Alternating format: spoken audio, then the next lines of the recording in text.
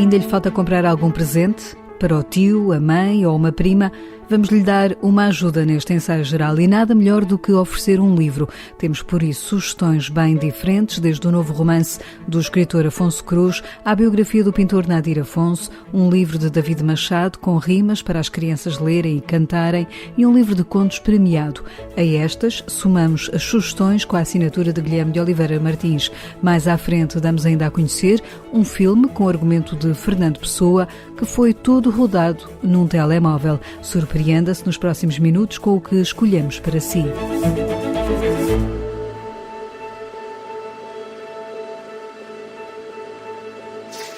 A história deste livro fala de um amor predestinado. Eles são, escreve o autor Afonso Cruz, como os amantes nos contos de fadas. Teobaldo e Bluma são as personagens centrais do novo livro do escritor. Sinopse de Amor e Guerra é um romance escrito na Alemanha por Afonso Cruz durante uma residência literária e onde o autor foi buscar à sua memória uma história que tinha ficado por contar. Foi uma história que já ouvi há vários anos e que acabei por não esquecer. E o ano passado, quando estive numa residência em Berlim, decidi então transformá-la num romance. E, portanto, parte de uma história real. Existem várias histórias de todos os tipos a respeito do muro, mas estas que envolvem separações de pessoas são particularmente trágicas para a vida de uma série de pessoas que o sofreram. Inclusivamente, na altura em que estive em residência, conheci uma série de pessoas que passaram por situações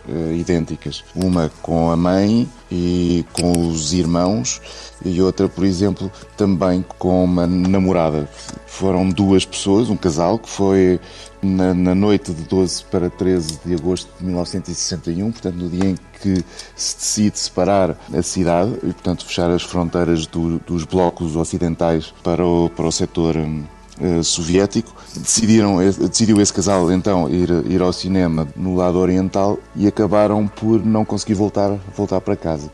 Ele mais tarde acaba por fugir pelos esgotos, mas ela não consegue e acaba presa e fica não sei quantos anos, 5 ou 6 anos presa no lado do leste, sem conseguir regressar a casa. E portanto, estas histórias acabaram por me parecer muito interessantes a todos os níveis, porque tinham aqui umas camadas e umas dimensões éticas muito fortes e por isso mesmo acabei por adaptar uma delas. Amores separados pelo Muro de Berlim, construído em 1961, estão na trama deste livro, onde se cruza também a história de uma livraria, ou não fossem os livros, um terreno que habita quase sempre as obras de Afonso Cruz. Essa parte é o meu lado de conforto, isto é, eu estou a falar de uma Berlim que eu desconheço, porque não experimentei, evidentemente, de uma década que é anterior ao meu nascimento, mas os livros são esse lado que eu conheço bem, são as minhas referências e nesse sentido acaba por ser quase como uma âncora para a história que decidi escrever.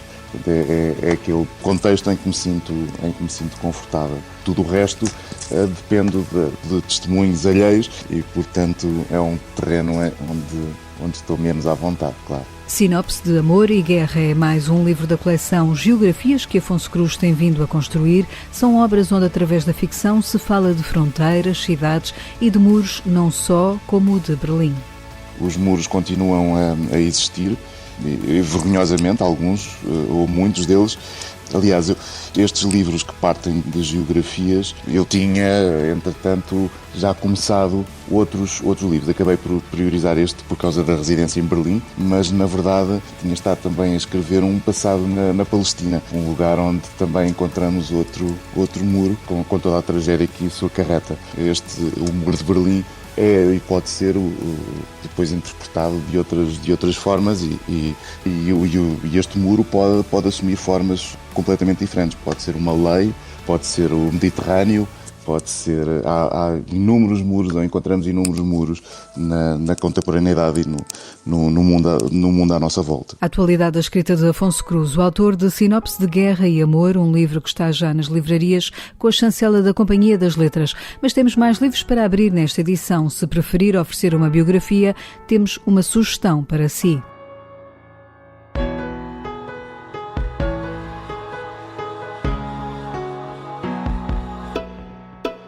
São 93 anos de vida contados em quase 300 páginas. O Homem Infinito é uma biografia sobre a vida e obra do pintor Nadir Afonso. Nascido em Chaves, o artista foi durante muitos anos arquiteto, trabalhou com nomes como Le Corbusier ou Oscar Niemeyer, mas a pintura foi sempre um chamamento.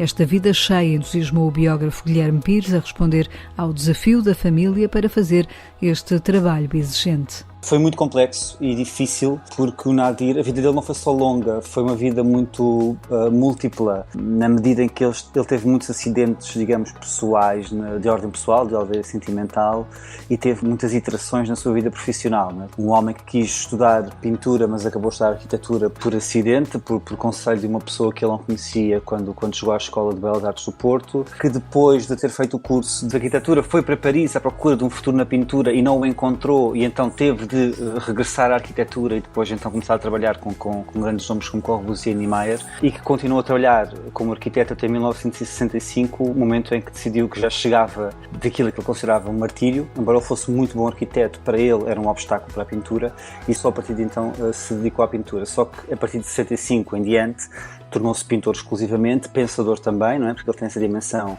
teórica, intelectual na vida profissional dele, na carreira dele, mas ele foi essencialmente sempre um artista, e um artista, lá está, com muitos cismos na vida dele. Do surrealismo à abstração, passando pelo geometrismo, foi um artista que viveu várias vidas numa só vida. Guilherme Pires explica como foi reunir toda a documentação possível para escrever esta biografia sobre Nadir Afonso. Ele teve tantas interrupções e deixou tanto material para trás, material escrito dele, cartas, pequenos apontamentos diarísticos que ele tivesse, que nada disso restou. Portanto, a investigação teve de começar por tentar encontrar o máximo possível de cartas e de documentos pessoais do Nadir que ainda existissem, que eu pudesse estudar para perceber através dele e da visão dele o que foi a vida dele e o percurso, e depois, enfim, ler toda a biografia ativa dele, portanto, tudo o que ele publicou.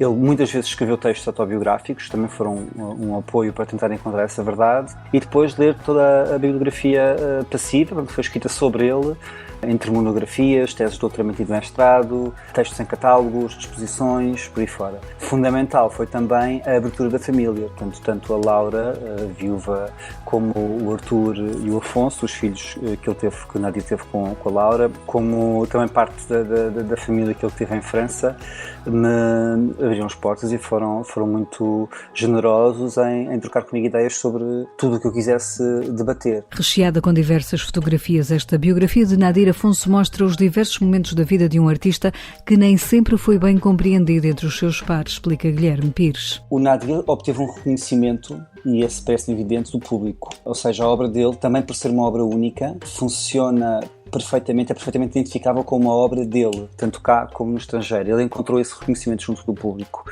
Ele encontrou também, já no fim da vida, reconhecimento da parte das instituições portuguesas, nomeadamente no apoio à constituição da Fundação Nadir Afonso e do Museu da Fundação em Chaves, nomeadamente também através dos diversos prémios individuais que recebeu, doutoramentos honoris causa, por aí fora. Agora, existia, mesmo no fim da vida do Nadir, uma grande insatisfação face, principalmente ao meio artístico, aos seus pares e aos críticos, ou a alguns dos críticos, e à academia, por, no fundo, ele sentir que a sua obra foi permanentemente mal compreendida ou pouco compreendida. Não houve um esforço para compreender a sua obra, tanto na vertente plástica como na vertente teórica. Eu, enquanto biógrafo, tenho de me posicionar sempre, como qualquer biógrafo, um bocadinho à parte de tudo isto, e perceber que há interpretações diferentes desses caminhos, mas tenho a certeza de que houve, de facto, circunstâncias na vida do Nadir em que ele foi, digamos, como que o acesso dele a determinadas exposições ou determinados momentos expositivos portugueses foi bloqueado por pessoas que não o queriam lá, por desconsiderarem o valor da sua arte. Noutros momentos ele próprio decidiu pôr-se à parte do meio artístico, e com isso também ganhou algum esquecimento, principalmente nas décadas de 50 e no início da década de 60, não é? Mas a partir do momento em que ele regressa a Portugal e em que começa a expor mais, ele encontra na academia também um polo de apoio à sua obra intelectual e plástica. O Homem Infinito, vida e obra de Nadir Afonso é um livro de Guilherme Pires, editado pela Influência. Temos também um livro de contos para lhe sugerir.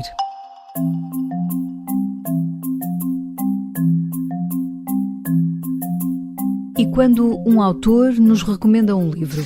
Foi o que aconteceu quando a escritora Ana Maria Magalhães resolveu dar a sua sugestão de leitura ao Ensaio Geral.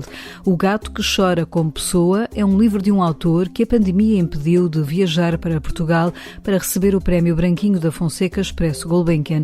Jeremias Mendoso é um jovem escritor moçambicano, explica Ana Maria Magalhães, a autora bem conhecida de todos pela coleção Uma Aventura. É de um jovem de 23 anos, moçambicano, que é enfermeiro, vive na Pula e concorreu ao prémio Branquinho da Fonseca da Gulbenkian e ganhou. É um livro que vale muito a pena conhecer, porque, olha, para já as pessoas hoje em dia têm pouco tempo para ler e o livro é pequeno, tem contos curtos, em que ele consegue uma coisa que nem toda a gente consegue, não é?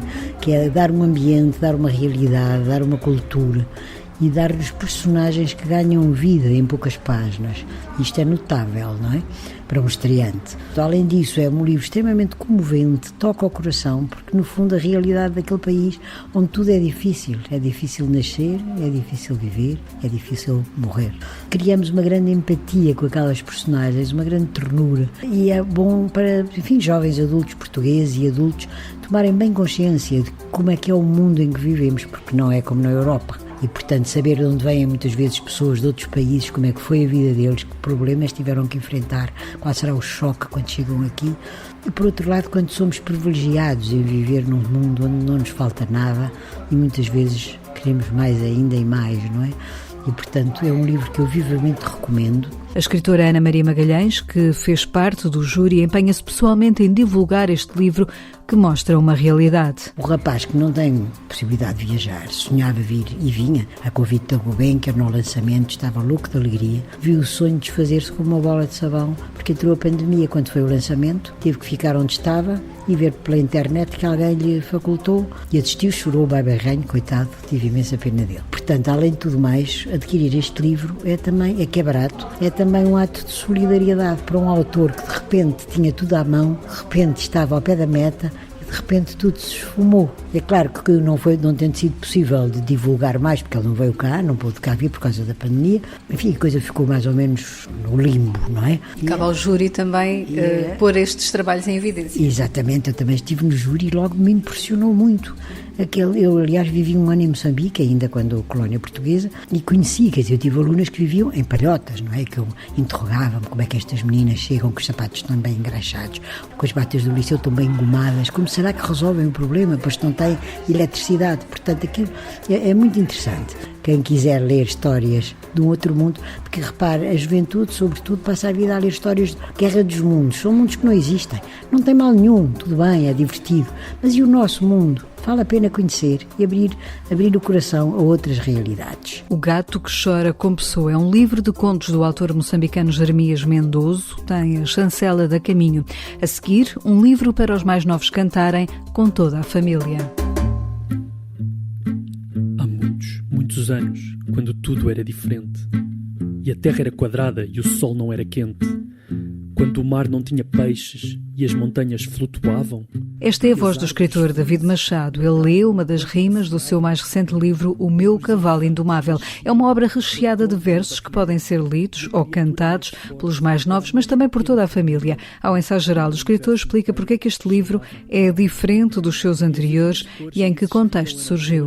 Eu diria que sem a pandemia nunca teria escrito um livro assim, porque eu escrevi 90 textos num espaço de tempo bastante curto, sempre de improviso, ou seja, sem muita reflexão, e isso só aconteceu porque durante a pandemia eu escrevi um outro livro, Um Dia de Cada Vez, que foi escrito assim porque estávamos em pandemia e eu queria escrever em cima do momento. Percebi que era capaz, ao contrário do que tinha feito em quase todos os outros livros que publiquei até hoje. E depois, porque efetivamente é um livro de rimas, que também é uma coisa que eu nunca tinha feito, mas que eu queria fazer há muito tempo, porque trabalhei com um ilustrador que também não conhecia, mas que por causa da pandemia não nos podíamos encontrar pessoalmente, então falámos dezenas de vezes ao telefone ou por videoconferência. Enfim, tudo isto torna de facto o livro muito, muito especial. No outro lado do mundo, as pessoas estão todas de cabeça para baixo e os carros andam sempre para trás, e se disseres rapariga, responde um rapaz. As rimas guardam pequenas, grandes histórias onde o sentido de humor está presente. David Machado, que também tem livros para gente crescida, lembra que este, O Meu Cavalo Indomável, é um livro que revela a criança que há sempre em si. Eu diria que é um livro que mostra muito bem aquilo que se passa na minha cabeça. Eu acho que a quantidade de histórias, a quantidade de personagens, a quantidade de situações, de ideias, de conceitos, nada disto para mim é uma grande surpresa, porque eu acho que vivo os meus dias assim. Ou seja, o que acontece é que normalmente tenho uma pequena ideia, ou penso numa frase, ou penso numa palavra e mal lhe presto atenção. E aqui eu forcei-me a dar atenção a todos estes elementos e forcei-me a construir qualquer coisa mais concreta para cada um desses elementos. Eu sinto-me muito próximo da minha infância. Não sei se ainda tenho essa criança cá dentro, mas pelo menos eu sinto-me muito próximo da infância. Eu sinto que a minha infância aconteceu há 2 meses, não é? Isso ajuda na escrita? Eu acho que é o contrário. Eu acho que a escrita é que me ajuda a pôr isso cá para fora, porque isso é assim que eu penso, é assim que eu olho para o mundo. O Meu Cavalo Indomável é um livro com ilustrações de Ricardo Ladeira e, como diz na capa, rimas desgovernadas para crianças animadas, de David Machado. A edição é da Caminho. Chegou o meu fim, não me resta mais nada. O que é isso agora? Água oxigenada? Isso arde e eu tenho medo. Esta ferida é apenas um corte no dedo. Espera, deixa-me soprar. Já passou, vou brincar. Juntamos mais sugestões de livros agora pela voz de Guilherme de Oliveira Martins, o nosso colaborador do Centro Nacional de Cultura, que hoje recorda a escritora Leonor Xavier, que morreu esta semana. Leonor Xavier dizia que a vida é um milagre para mim e, embora procurasse aproveitá-la, o forte é a minha relação de pasmo com a vida, de um imenso espanto e de gratificação. Era assim Leonor. O encontro era sempre uma oportunidade de alegria e de recordação. Neste Natal, em que Leonor nos deixou, tudo nela nos pede que lembremos a sua generosidade e o talento de fazer amigos. E neste programa, em que falamos de livros para ler e deleitarmos-nos, falo de Casas Contadas, uma extraordinária trajetória de vida vista através do ambiente de 13 casas que habitou desde a infância. Demos a volta ao mundo e essas viagens ficaram memoráveis. Releio Uma Viagem das Arábias e não posso deixar de reviver essas aventuras. Folheio Há Laranjeiras em Atenas e descubro uma rara capacidade de olhar. Adorava divertir-se e dava tudo por uma boa tertúlia e pelas 1000 lembranças que aí apareciam. Tanta falta nos faz. E escolhi os livros deste Natal a pensar em Leonor e no seu espírito inesgotável. E começo por Alberto Mangel e pelo livro de receitas dos lugares imaginários na tinta da China. E imagino-a a cozinhar salada de sol, camarão Nautilus à moda do Capitão Nemo, ou pedaços de imortalidade. Sigo com 3 histórias de esquecimento de Jaimília Pereira de Almeida, na Relógio d'Água, ou com o Museu da Revolução, de João Paulo Borges Coelho, na Caminho, sobre memória e esquecimento em Moçambique. Depois releio Um Dia Chegarei a Sagres, de Nélida Pinhon, na Temas e Debates, sobre um segredo obscuro que envolve os antepassados do protagonista. Continuo com Para que tudo isto, de Álvaro Magalhães, sobre Manuel António Pina, e em Poemas, de António Franco Alexandre. E termino com a Introdução à Pintura Rupestre, da Sílvio Alvim, de José Tolentino Mendonça. Santo Natal. Bons livros. Sugestões de livros que pode voltar a ouvir no site da Renascença. Jade figure holding Jaguar baby. a work of art so rare. Quase um século depois de ter sido escrito, o primeiro filme do poeta Fernando Pessoa foi realizado e chega agora à televisão. Depois de ter sido estreado no cinema, O Ídolo é apresentado na plataforma Opto da SIC a partir de hoje. Realizada por Pedro Varela, esta é uma curta-metragem que tem a particularidade de ter sido rodada com um telemóvel. O realizador fala do duplo desafio que teve. Ter sido um filme de Fernando Pessoa é a grande cereja no topo do bolo, porque quando me foi feito o convite pela Samsung de fazer um filme, pela usina, pela agência que criou esta campanha, de fazer com um telefone, de fazer uma produção idêntica àquilo que nós estamos habituados a fazer com outras câmaras, não é? Aí já vinha um desafio técnico grande, que nos deu muito que pensar e que estudar, mas lá está, muito cinema à volta do aparelho. Obviamente o aparelho comportou-se perfeitamente, mas há aqui uma mudança de paradigma, de confronto até com o próprio tamanho, dimensão, forma de reação da luz. Portanto, há toda uma questão técnica complexa no desafio, que também tornou o desafio bastante interessante, não é? Quando me disseram que a ideia da agência era nós darmos continuidade a uma ideia do Pessoa, óbvio que eu poderia ser eu a fazer essa continuação desse rasgo que ele teve. Ele escreveu cerca de 5, 6 argumentos. Quando chamamos de argumentos, são páginas e meias páginas de ideias para filmes, de coisas provavelmente que lhe saíram num par de horas, numa noite qualquer em que ele estava mais inspirado e a pensar em histórias para cinema.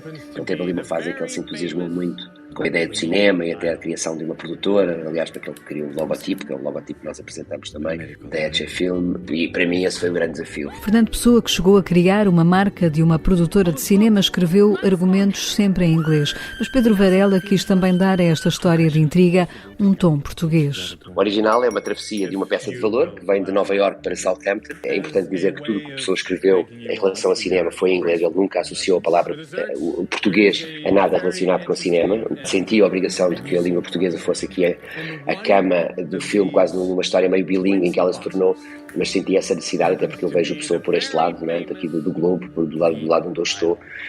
Mas sobre a história, transporte de objeto de grande valor, essa era a premissa. Era um milionário que viajava no seu iate, no seu grande iate privado com um grupo de amigos, e propunha um jogo, e nesse jogo o seu grande objetivo era o estudo da condição humana, não é? Era de olhar e perceber como é que cada um ia reagir à relação com esta ideia de terem um objeto de grande valor, de um valor incalculável. Filmado em Sintra, Viana do Castelo e Lisboa, O Ídolo chega agora também às plataformas de streaming e à Opto da SIC.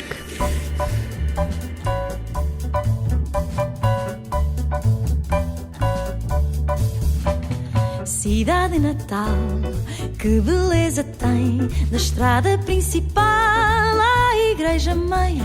Esta é a fadista Cuca Roseta, que este sábado sobe ao palco do grande auditório do Centro Cultural de Belém para um concerto de Natal. A acompanhá-la vai ter a Orquestra Metropolitana de Lisboa. Este concerto foi um convite da Orquestra Metropolitana de Lisboa, porque eu fiz um álbum há 3 anos de Natal, em que fui buscar aquelas músicas mais conhecidas de Natal que não tinham letras em português e fiz letras para essas músicas só com temas de Natal. E então este convite, como era um concerto de Natal, é um bocado baseado nesse disco, que já por ele é um encontro entre o jazz, naturalmente, e o fado, porque estas músicas de Natal já têm uns arranjos mais jazz, e depois também com os meus músicos e a Orquestra Metropolitana. O concerto de Cuca Roseta está marcado para as 9 da noite. Já sabe, não se esqueça de levar o seu certificado de vacinação e o resultado negativo de um teste à Covid-19. É com este espírito natalício na música que encerramos o ensaio geral de hoje, que teve sonorização de José Luís Moreira. Votos de Santo Natal, boas festas. Voltamos em 2022 com mais sugestões para si. Boa noite e bom fim de semana. É Natal, chegou o Natal, luz da alma que acende amor em Portugal. É Natal, o Natal é aqui. Queres levar o teu presente a quem gosta de ti? Olhem para a fonte, bailados de neve, dançam no horizonte, cruzam ao de leve. Arcos brancos de água dobram ao minuto, mágica que afaga corações de luz.